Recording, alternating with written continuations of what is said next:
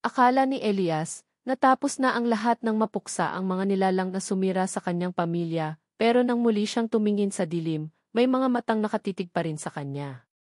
Kung ikaw ang nasa sitwasyon niya, tatakbo ka ba, o haharapin ang sumpang hindi mo naman hiniling? Ang kwentong ito ay hango sa mga salaysay at karanasang ipinasa sa amin. Layunin nito ang magbigay aliw at maghatid ng kilabot sa mga mahilig sa mga kwentong kababalaghan. Walang intensyon ang may akda na manira ng reputasyon ng anumang tao, lugar o kultura. Ang lahat ng pagkakahawig sa mga tunay na tao, buhay man o patay, ay maaaring nagkataon lamang. Pakinggan ng bukas ang isipan at hayaang ang inyong imahinasyon ang maglakbay. May mga kwentong hindi basta-basta binubulong sa gabi, mga lihim na tanging ang dilim ng kagubatan ang tunay na nakakaalam.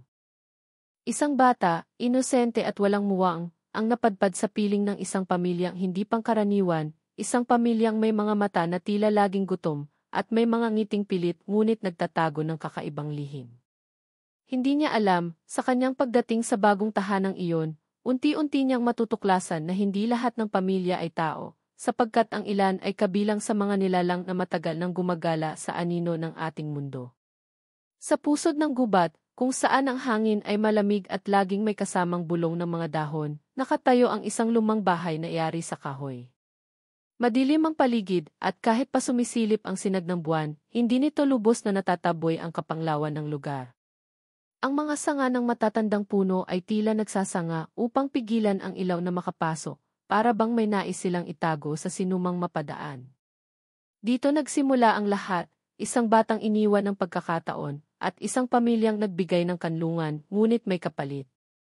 Ang batang ito, si Elias, ay nasa edad 9. Payat, maputla, at may mga matang puno ng tanong.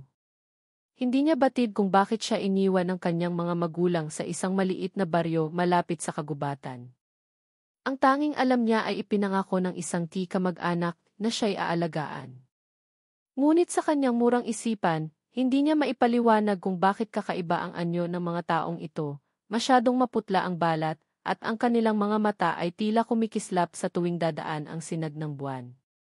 Ang unang gabi niya sa kanilang piling ay hindi niya malilimutan. Habang siya ay natutulog sa isang banig sa sahig ng kanilang bahay na amoy lumang kahoy at dagta, nagising siya sa mga tunog na hindi niya alam kung guni-guni lamang. Mga yabag na mabibigat, parang mga paa na may kuko, at mga hikbing halos parang hayop. Sa labas ng bintana, may mga aninong dumadaan, mabilis at hindi pangkaraniwang gumalaw.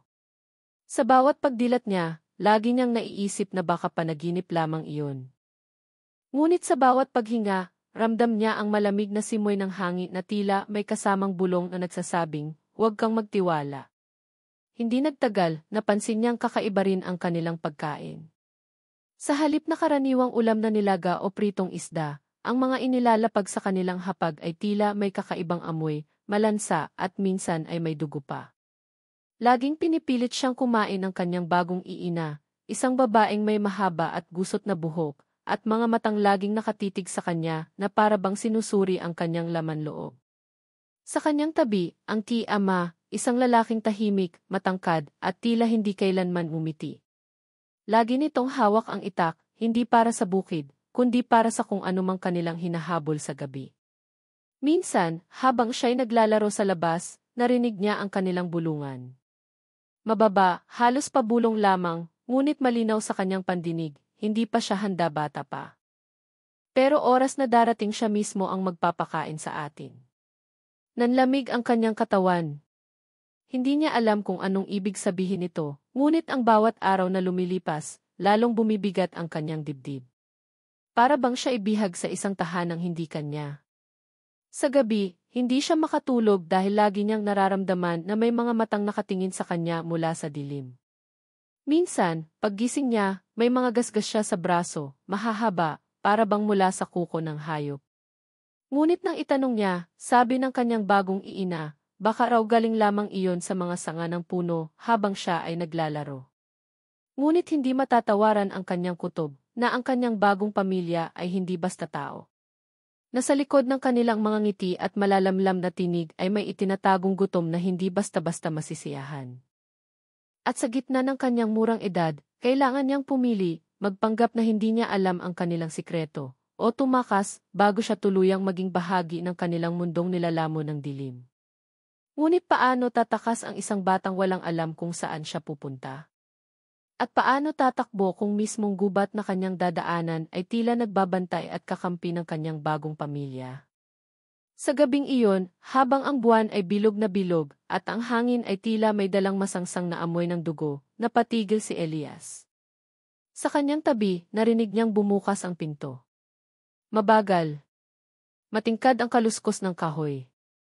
At mula sa liwanag ng buwan na pumapasok sa siwang, nakita niya ang mga mata ng kanyang bagong ina, mapula, kumikislap at nakatitig diretso sa kanya. At sa sandaling iyon, natanto niya, ang pamilya na kanyang inaakala ay kanlungan, ay isa palang bitag na walang kasiguraduhan kung siya'y makakaligtas. Ang mga matang iyon na namula sa dilim ay hindi na nawala sa isipan ni Elias. Sa bawat pagkislap ng buwan, palagi niyang naiisip na baka dumating ang oras na hindi na siya magising sa kanyang pagkakatulog. Nang gabing iyon, hindi siya nakatulog. Pumikit man siya, nananatili sa kanyang pandinig ang tunog ng basang yabag na dumadaan sa labas ng bahay. Para bang may nilalang na paikot-ikot, nag-aabang, at naghihintay ng tamang oras upang kumilos. Kinabukasan, pinilit siyang gisingin ng kanyang bagong ina. Maputla ang mukha nito, ngunit kakaiba ang sigla, parang galing sa isang bagay na hindi pangkaraniwan.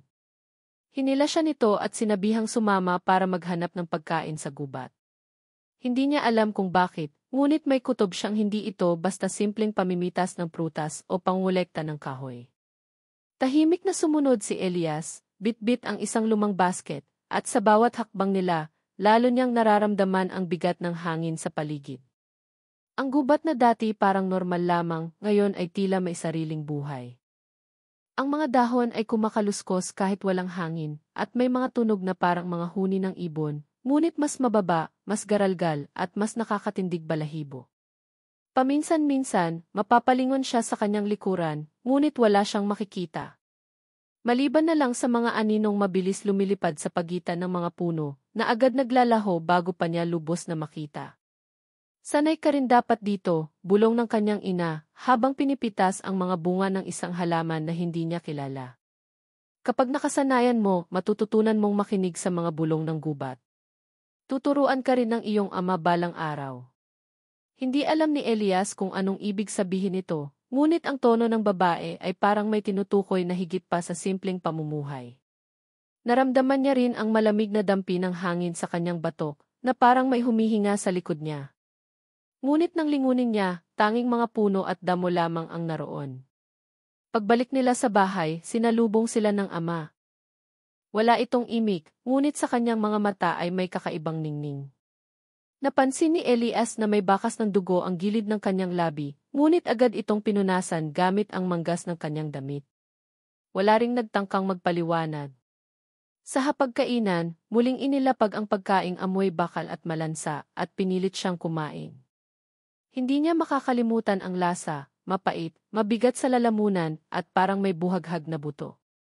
Minsan, habang naglilibot siya sa paligid ng bahay, napadpad siya sa isang silid na matagal nang nakasara. Ang pinto nito ay gawa sa kahoy na may malalalim na gasgas, na para bang may nilalang na nagpilit kumawala mula sa loob. Sa kanyang paghawak sa hawakan, biglang dumating ang ina. Walang bata ang dapat pumasok dyan, malamig na sabi nito. Ngunit sa kanyang mga mata, nakita niya ang takot, hindi galit. At iyon ang mas nagpatindi ng kanyang kaba, kung natatakot ang kanyang ina, ano ang laman ng silid na iyon. Sa mga sumunod na araw, lalong dumami ang mga kakaibang bagay na kanyang napansin. Sa tuwing lulubog ang araw, biglang nagiging abala ang kanyang ama. Lagi itong lumalabas na may dalang itak, at sa kanyang pagbabalik ay amoy dugo at lupa. Minsan, may dala itong mga hayop na halos wala ng ulo, at minsan na maiwala siyang dalang anuman, ngunit basang-basa ng dugo ang kanyang mga kamay. Si Elias, sa kabila ng murang edad, ay nagsimulang magtanong sa kanyang sarili, normal ba ang lahat ng ito? Ngunit hindi siya makapagsalita. Bawat pagtatangka niyang mag-usisa ay tinatapatan lamang ng malamig na titig ng kanyang ina at ng katahimikan ng kanyang ama. Isang gabi, habang siya ay nakahiga, muli siyang nagising sa mga yabag. Ngunit ngayon, mas malinaw. Mula sa siwang ng kanyang banig, nakita niyang may anino sa sahig, mahaba, at hindi tugma sa mga anyo ng kanyang mga magulang. Ang anino ay tila may pakpak na nakatiklop, at sa bawat iglap ng buwan ay dahan-dahang gumagalaw papalapit sa kanyang kinaroroonan. Hindi siya makasigaw, natigilan ang kanyang dila, at tanging tibok ng kanyang dibdib ang kanyang naririnig. Nang sumilit siya ng kaunti, nakita niya ang kanyang ina, nakaupo sa isang sulok, hindi gumagalaw. Ang mga mata nito ay nakapikit, ngunit ang kanyang mga labi ay gumagalaw na parang bumubulong ng isang dasal o sumpa. At mula sa labas ng bahay, narinig niya ang pagaspas ng pakpak na hindi kayang gawin ng tao. Dahan-dahan niyang binalot ang sarili sa kumot, umaasang iyon ay magiging pananggalaban sa kung anuman ang nasa paligid. Ngunit sa kalaliman ng gabi, may naramdaman siyang malamig na kamay na dumampi sa kanyang paa, mahaba, matulis ang mga kuko, at unti-unting gumagapang paitaas. Hindi niya alam kung kanino iyon nanggaling. At bago pa man siya makakilos, biglang bumukas ang pinto, at ang kanyang ama ay nakatayo roon, hawak ang itak, at malamlam ang boses na nagsabing, "Wala kang narinig, Elias, wala kang nakita." At doon, lalong lumalim ang hiwaga ng pamilyang kanyang kinabibilangan. Sino nga ba sila? At hanggang kailan siya makakatagal sa piling ng mga nilalang na tila galing sa bangungot? Mula ng gabing maramdaman ni Elias ang malamig na kamay na gumagapang sa kanyang paa, hindi na siya nakatulog ng mahimbing. Bawat tunog ng hangin na dumadaan sa mga siwang ng bahay, bawat kaluskos ng mga daga sa sahig, at bawat huni ng uwak sa labas ay tila may kasamang banta. Pakiramdam niya, ang lahat ng bagay sa paligid ay nagmamasid sa kanya, naghihintay ng kanyang maling galaw. Ngunit hindi lang iyon ang nagbigay sa kanya ng kaba. Napansin niya na sa tuwing lumalapit siya sa baryo upang umigib ng tubig, kakaiba ang tingin ng mga tao sa kanya. May ilan na nagtatago sa kanilang mga bahay, pinapagdilim ang bintana kapag dumadaan siya. May ilan na bulungan ng bulungan, at kapag siya'y titingin, agad silang iiwas ng tingin, para bang may alam sila tungkol sa pamilyang kanyang kinabibilangan. Sa isang pagkakataon, isang matandang babae ang lihim na lumapit sa kanya. Payat, kulubot ang balat, at nanginginig ang kamay habang iniabot sa kanya ang isang maliit na rosaryo. "Bata, protektahan mo ang sarili mo. Huwag kang masyadong magtiwala. Hindi lahat ng nakangiti ay tao." Bago pa niya masabi ang kahit ano, mabilis na lumayo ang matanda, iniwan siyang hawak ang malamig na rosaryo na tila ba may bigat na higit pa sa karaniwang gamit. Pag-uwi niya, agad itong napansin ng kanyang ina. Ang malamig na titig nito ay dumiretso sa kanyang kamay, sa rosaryong mahigpit niyang hawak. Hindi nagsalita ang babae, ngunit dahan-dahan nitong nilapit ang kanyang mukha kay Elias at pabulong na sinabi, "Hindi mo nakakailanganin yan dito." Ang gubat ay may sarili nitong mga bantay. Sa kanito marahas na hinila ang rosaryo mula sa kanyang kamay at itinapon sa apoy ng kalan. Sa pagliyab nito, nakarinig si Elias ng tila iyak ng isang bata, mahina ngunit malinaw. Doon niya lalong napagtanto na hindi lamang ang pamilya ang kanyang dapat katakutan, maging ang mismong lugar na kanyang tinitirhan ay may sariling dilim.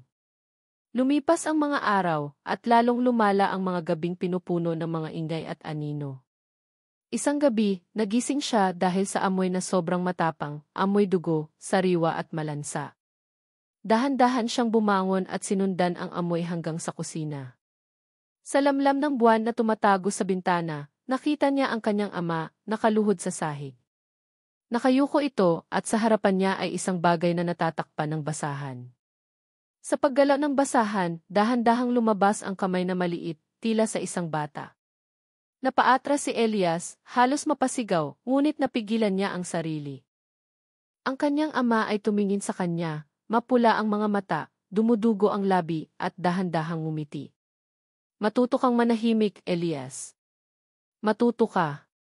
Simula noon, hindi na siya makatingin ng diretso sa kanyang ama. Ngunit lalong lumala ang kanyang takot nang sa isang hapon, habang naglalaro siya sa gilid ng gubat, may narinig siyang pag-iyak. Mahina, parang boses ng isang batang kasing edad niya. Sinundan niya ito, dahan-dahan, hanggang makarating siya sa isang punong matanda at malaki. Doon, sa likod ng puno, nakatayo ang isang batang babae, payat, maputla, at may dugo ang damit. Ngunit sa halip na humingi ng tulong, nakangiti ito, at ang ngiti ay masyadong malapad para sa kanyang maliit na mukha. Laruin mo ako, Elias, bulong ng bata, habang ang kanyang mata ay kumikislap sa dilim. Napaatras si Elias, ngunit nang siya ilumingon upang tumakbo, wala na roon ang bata. Pagbalik niya sa bahay, hindi niya binanggit ang nangyari, ngunit ramdam niyang may alam ang kanyang ina. Habang hinahaplos nito ang kanyang buhok, bago matulog, may sinabi itong malamig na tila nanunuot sa kanyang dibdib, maraming bata ang nawawala sa gubat. Mabuti na lang, nakahanap kami ng isang batang gaya mo. At doon nagsimulang mabuo ang pangamba sa kanyang isipan, hindi kaya siya ay hindi iniligtas kundi inihanda para sa isang mas malalim na dahilan. Lumipas pa ang ilang araw, at sa tuwing gabi, lalo niyang nararamdaman ang pagbabago ng kanyang katawan. Madalas siyang magising na may dugo sa kanyang labi, kahit hindi siya kumain ng kakaiba. Ang kanyang mga pangarap ay puno ng paglipad, ng paghabol sa mga hayop, at ng matinding gutom na hindi niya maintindihan. Tuwing umaga, nanlalamig siya sa ideya na baka unti-unti siyang nagiging katulad nila. At habang pinipilit niyang labanan ang takot, naramdaman niyang ang gubat mismo ay tila nakikipaglaro sa kanyang isip. Minsan, nakikita niya ang mga puno na gumagalaw kahit walang hangin. Minsan, sa gitna ng dilim, may mga matang nakasilip mula sa kadiliman, hindi mata ng hayop, kundi ng mga taong gutom at nag-aabang. Isang gabi, habang mahigpit na nakapikit, narinig niya ang bulong mula sa labas ng kanyang silid. Hindi iyon boses ng kanyang mga magulang, kundi ng bata sa gubat na nakita niya. Elias, halika na. Sama ka sa amin. Alam mong hindi ka naligtas dyan. At sa labas ng bahay, muli niyang narinig ang pagaspas ng mga pakpak, ngunit ngayon, hindi isa, kundi marami. Habang tumatagal, ramdam ni Elias na parang unti-unti siyang ikinukulong ng gubat at ng bahay na kanyang tinitirhan. Parang bawat daan palabas ay laging humahantong pabalik sa parehong lugar. Minsan, tinangka niyang tumakbo palayo nang hindi napapansin ng kanyang mga magulang. Tumakbo siya ng tumakbo sa makakapal na damo, nilampasan ang mga punong matataas, at halos mapatid sa mga ugat na nakalutang sa lupa. Ngunit sa bawat ikot niya, sa bawat hakbang, ang mga puno ay tila lumilipat ng pwesto. At nang akala niya nakalayo na siya, bumungad muli sa kanya ang parehong lumang bahay, nakatayo sa gitna ng dilim, para bang siya iniloloko ng buong kagubatan. Nanginginig siyang bumalik, hingal na hingal, at doon niya nakita ang kanyang ama na nakatayo sa harapan ng bahay, hawak ang itak na basa ng dugo. Wala itong sinabi, ngunit ang ngiti nito ay malamig, halos mapanuksong nagsasabing, kahit anong gawin mo, hindi ka makakatakas. Sa mga sumunod na gabi, lalong dumalas ang mga kakaibang ingay. Ang bubong ng kanilang bahay ay tila may bumibigat na mga yabag, gumagapang, at minsan ay tumitigil sa ibabaw mismo ng kanyang silid. Sa sahig, may mga kaluskos na parang may mga kuko na kumikiskis. At sa kanyang dingding, may mga kamay na biglang dumadampi mula sa labas, mahahaba, malamig, at mabilis ding nawawala. Hindi na niya alam kung alin ang totoo at alin ang bunga ng kanyang isip, ngunit isang bagay ang malinaw, may mga nilalang sa paligid na hindi nakikita ng lahat, ngunit tiyak na totoo. Isang gabi, narinig niya ang kanyang ina na tila nakikipag-usap sa dilim. Nakaupo ito sa kusina, walang ilaw, at ang tanging liwanag ay ang kumikislap na buwan mula sa labas. Nakatalikod ito, at mababang bulong ang lumalabas sa kanyang bibig. Malapit na handa na siya, hindi siya makakatakas. Napakapit si Elias sa poste ng pinto, halos mawalan ng hininga. Ngunit nang maramdaman ng kanyang ina ang kanyang presensya, bigla itong tumigil at dahan-dahang lumingon. Sa kanyang mga mata ay hindi lamang pula ang kumikislap, kundi para bang may apoy na nagliliyab sa loob. Elias, matulog ka na, malamig na sambit nito. Hindi niya magawang sumuway. Mabilis siyang bumalik sa kanyang banig, ngunit hindi pumikit. At doon niya narinig, mula sa labas ng bintana, ang batang babae mula sa gubat. Ang tinig nito ay malinaw at para bang nasa mismong tabi lang niya. Hindi ka makakatakas, Elias. Isa ka na sa amin. Sa puntong iyon, nagsimula na siyang magduda kung siya mismo ay nagbabago. Sa mga umaga, napapansin niyang may mga sugat at dugo sa kanyang kamay na hindi niya maipaliwanag. Minsan, nagigising siya na puno ng putik ang kanyang mga paa, kahit hindi naman siya lumalabas. At sa kanyang mga pangarap, lalong lumalakas ang pakiramdam ng gutom, isang gutom na hindi natatanggal kahit anong pagkain. Gutom na tila humihingi ng laman, hindi ng tinapay o prutas. Mas lalo siyang natakot ng isang gabi, habang nakabalot sa kumot, nakarinig siya ng iyak ng mga bata mula sa labas. Hindi lang isa, kundi marami, sabay-sabay, mahina ngunit puno ng paghihirap. Bumangon siya, at sa kabila ng kanyang kaba, sinilip niya sa maliit na siwang ng dingding. Sa liwanag ng buwan, nakita niya ang mga anino ng maraming bata, nakatayo sa gilid ng gubat. Ang kanilang mga katawan ay payat, maputla at may mga sugat. Ngunit ang pinaka-nakakatakot, lahat sila ay nakangiti, nakatingin diretso sa kanya. Napaatras siya, halos madapa at natumba sa banig. Ngunit sa pag-angat niya ng kanyang mukha, naroon na ang kanyang ina, nakatayo sa tabi ng kanyang higa, nakayuko at nakangiti. Ang mga mata nito ay mapula at ang mga ngipin ay mas mahaba kaysa dati. Hindi ka nag-iisa, Elias. Matagal ka na naming hinihintay. Sa takot, sinubukan niyang lumabas ng silid, ngunit sinalubong siya ng kanyang ama sa pinto. Ang kanyang itak ay nakatutok pababa, at ang mukha nito ay walang bakas ng awa. Pinilit niyang kumawala, ngunit mahigpit ang kapit nito sa kanyang balikat, halos durugin ang kanyang buto. Matuto kang tumanggap ng kapalaran mo, sabi nito, halos walang emosyon. At doon na bumigat ang lahat. Sa labas ng bahay, nagsimulang marinig ni Elias ang pagaspas ng maraming pakpak. Hindi lamang iisa o dalawa, kundi dose-dosenang nilalang ang tila dumadapo sa paligid ng bahay. Ang mga dingding ay yumanig, ang bubong ay umuuga, at ang buong paligid ay parang napapalibutan ng mga nilalang na gutom. Ang kanilang mga ungol ay mababa, garalgal at puno ng kasakiman. Niyakap siya ng kanyang ina, mahigpit, para bang isang ina nga na nagmamahal. Ngunit ang yakap na iyon ay malamig, nakakasakal, at puno ng pangakong hindi niya kayang intindihin. Elias, hindi ka na makakatakas. Ang gubat ay atin, ang gabi ay atin at ikaw ay isa sa amin. At sa labas ng kanyang silid, bumukas ang pinto ng dahan-dahan, at sa siwang nito, nakita niya ang anino ng batang babae mula sa gubat, ngunit ngayon, hindi na mag-isa. Maraming bata ang nasa kanyang likuran, lahat maputla, lahat nakangiti, lahat nakatingin kay Elias na para bang siya ang pinakabagong miyembro ng kanilang katahimikan sa ilalim ng dilim. Sa pagdami ng mga aninong bata sa labas ng bahay, halos hindi na makahinga si Elias. Ang malamig na yakap ng kanyang ina ay nagsilbing tanikala, at ang matalim na titig ng kanyang ama sa pintuan ay parang pader na hindi niya matatawid. Sa bawat ungol at pagaspas ng mga pakpak mula sa labas, lalo niyang naramdaman na wala na siyang ligtas na matatakbuhan. Ngunit ang hindi niya inaasahan ay ang sumunod na pangyayari. Habang nakapikit siya, pilit na iniisip na baka bangungot lamang ang lahat, naramdaman niya ang pagdampi ng malamig na hangin sa kanyang batok. Dahan-dahan niyang iminulat ang kanyang mata at nakita ang batang babae mula sa gubat, ngunit ngayon ay nasa loob na ng silid. Nakalapit ito nang hindi niya namalayan, nakatayo sa paanan ng kanyang banig. Ang ngiti nito ay mas malapad at ang mga mata ay mapula, parang nag-aalab. Hindi ka nila gustong alagaan, Elias, bulong ng bata. Ginagamit ka lang nila. Nanlamig si Elias. Ang kanyang ina, na nakayakap pa rin sa kanya, ay napakunot ang noo at biglang gumrabe ang kapit. Huwag kang makinig sa kanya. Isa lang siyang kaluluwa na nagugutom, wala siyang sinasabi na totoo. Ngunit kahit anong paliwanag ng babae, ramdam ni Elias na mailaman ang mga salita ng batang multo. Biglang tumunog ang malakas na kalabog mula sa kusina. Ang kanyang ama ay agad na tumayo, dala ang dugo ang itak, at mabilis na nagtungo roon. Bago ito lumisan, binigyan muna siya ng malamig na babala, huwag kang gagalaw, Elias.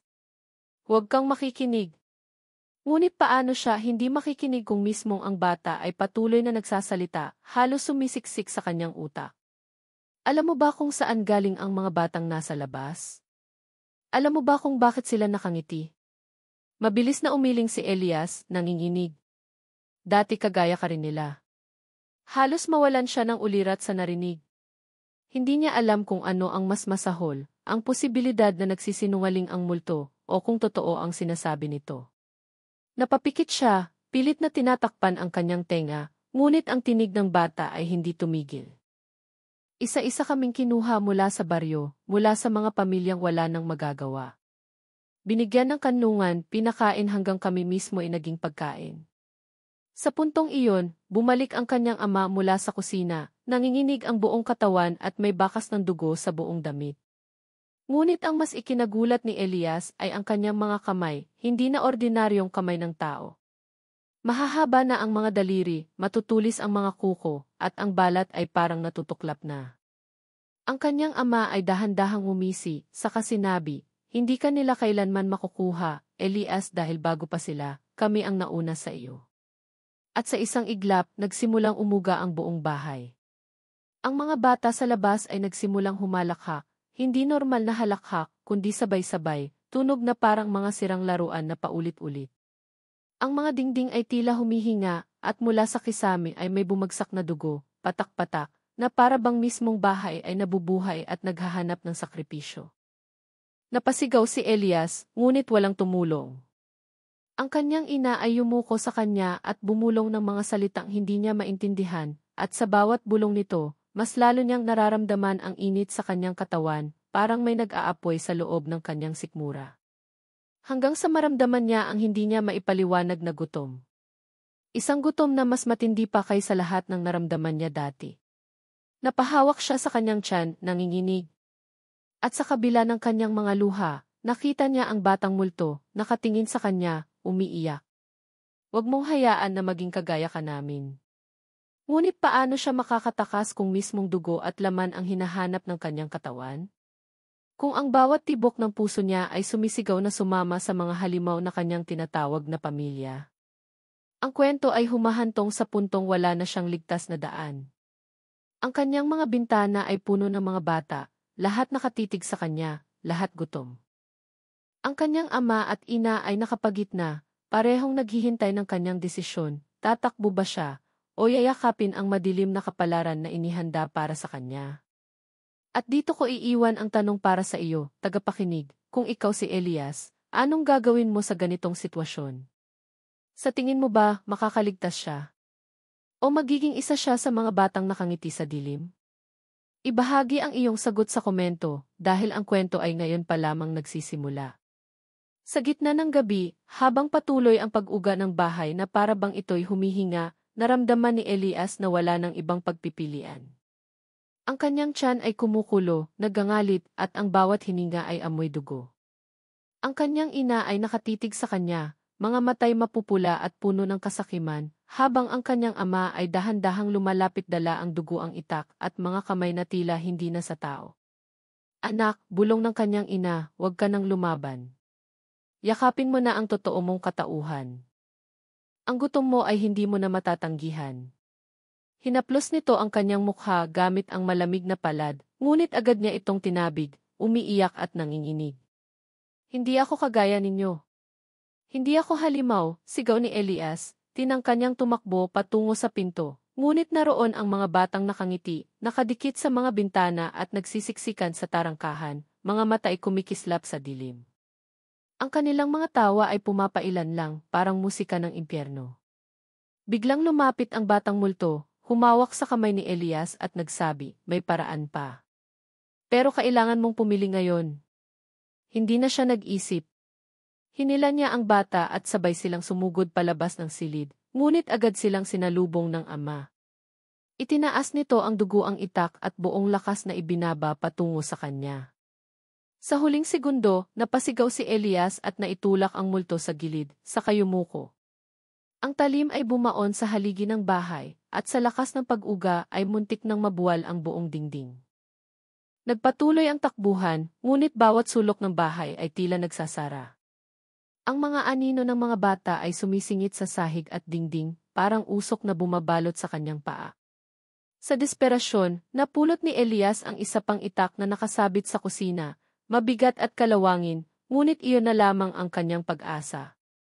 Humarap siya sa kanyang ama, na ngayoy tuluyang nag-anyong nilalang ng dilim. Ang balat nito'y itim na parang abo, ang mga mata ay kumikislap ng dilaw, at ang bibig ay puno ng matutulis na pangil. Hindi ka makakatakas, Elias. Isa ka sa amin. Dumagundong ang puso niya habang itinaas ang itak. Sa unang pagkakataon, hindi siya umatras. Sa halip, buong lakas na sinugod niya ang ama, at sa gitna ng sigawan at ungol ng mga bata sa labas, nagbanggaan ang dalawang anino. Ang halimaw ay malakas, ngunit dala ni Elias ang desperasyon at galit. Sa bawat hampas ng kanyang ama, iniwasan niya at ibinalik ng may kabangis na hindi niya alam na kaya niya. Hanggang sa isang iglap, naisaksak niya ang kalawangin niyang itak sa dibdib ng kanyang ama. Umalingaw-ngaw ang nakabibinging sigaw, hindi lang mula rito kundi mula sa lahat ng bata sa labas, na sabay-sabay na naglaho. Ang lupa'y umuga, ang dingding ay bumagsak, at ang buong bahay ay tila nabiyak sa gitna. Ngunit hindi pa tapos. Habang ang kanyang ama ay nakahandusay, nanginginig, ang kanyang ina naman ay biglang lumapit, mga mata ay namumula at buong puwersa siyang sinunggaban. Nahulog sila sa sahig at halos bumaon ang matutulis na kuko nito sa kanyang dibdib. Anak, bakit mo ginawa? Kami ang nagligtas sa iyo. Kung wala kami, matagal ka nang nilamon ng gutom, sigaw ng kanyang ina habang pilit siyang pinipigilan. Ngunit sa gitna ng mga salita nito, may naramdaman siyang kakaiba. Ang apoy ng gutom sa kanyang tiyan ay unti-unting nagiging mas malakas, mas mapanganib. Ang dugo ng kanyang ama na tumutulo sa sahig ay naglalabas ng amoy na hindi niya matiis. Napasigaw siya, hindi dahil sa takot kundi dahil sa tukso. At dito dumating ang pinakamasakit na katotohanan. Ang batang multo ay muling lumitaw sa kanyang tabi, umiiyak at nagsabi, "Wala kang takas, Elias. Dahil ang dugo nila ay nasa iyo na." Nakita niya ang sariling anino sa sahig, hindi na anino ng isang bata. Ang mga mata niya sa refleksyon ng basag na salamin sa dingding ay kumikislap ng pula, at ang kanyang ngipin ay humaba, nagmistulang mga pangil. Habang lumuluha, naramdaman niyang ang gutom ay hindi na mapipigilan. Sa huling sandali, bago siya tuluyang lamunin ng kanyang bagong anyo, tumingala siya sa langit, humihingal at sumigaw, "Hindi ako halimaw." Ngunit ang kanyang tinig ay hindi na tinig ng tao, ito'y naging malalim, parang ungol ng nilalang mula sa kadiliman. At ang huling nakita ng batang multo ay si Elias, nakatayo sa gitna ng guho ng bahay, hawak ang dugo ang itak, nakangiti ng ngiting hindi na kanya. Ang mga aninong bata sa paligid ay muling naglitawan, ngayon ay hindi para siya ilamunin, kundi para siya isalubungin bilang isa na sa kanila. Madilim pa rin ang paligid nang matapos ang lahat. Ang bahay ni na Elias ay halos wala nang natira, mga dingding na bumagsak, bubong na natangay ng apoy at alikabok, at mga haliging nakayuko na para bang pagod na sa bigat ng kasalanan ng pamilyang nakatira roon. Sa gitna ng guho ay nakaupo si Elias, humahagok, duguan at tila wala ng lakas. Ang kanyang mga kamay ay nanginginig habang pinagmamasdan ang dugo sa kalawangin niyang itak. Hindi niya malaman kung sa kanyang mga magulang ba iyon o sa kanya na rin. Unti-unti siyang tumayo, mga tuhod ay mahina at napatingin sa paligid. Ang mga bata, yaong mga aninong kumakatawan sa mga kaluluwang nawala noon pa man, ay naglaho na. Tila sila inatunaw kasabay ng pagkamatay ng kanyang ama at ina.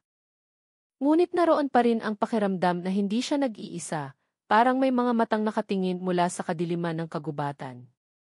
Hindi na niya kayang magtanong kung sila ba'y tunay na nawala o naghintay lang ng tamang oras para muling magpakita.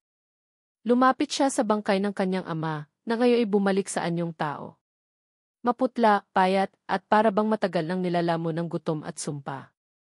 Ang kanyang ina naman ay nakahandusay ilang di pa ang layo, at ang mga kamay nito'y tila nakapako pa rin sa ere, parang nais siyang abutin hanggang sa huli.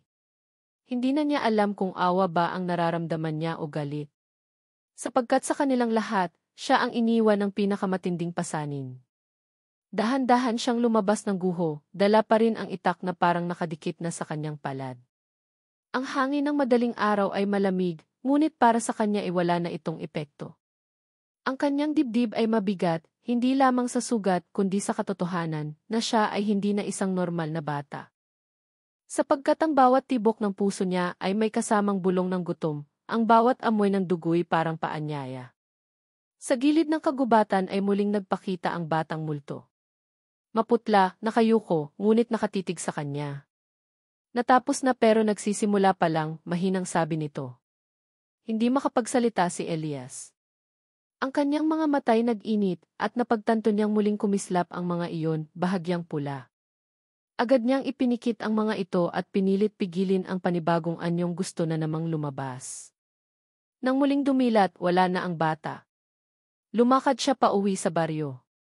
Ang mga kapitbahay ay nagising dahil sa sigaw at lindol kanina, at lahat ay nagsilabasan upang tingnan ang nangyari. Nang makita nila si Elias, duguan, hawak ang itak, at tila wala nang malay tao sa mga mata, napaatras sila. May mga nagtanong kung anong nangyari, may mga babae ang nagsisigaw, ngunit walang lumapit upang tulungan siya. Si Elias yon pero bakit ganyan ang itsura niya, bulong ng isa. Parang hindi na siya tao, sagot ng iba. Walang lumapit, walang kumilos. At siya, wala ring lakas para magpaliwanag.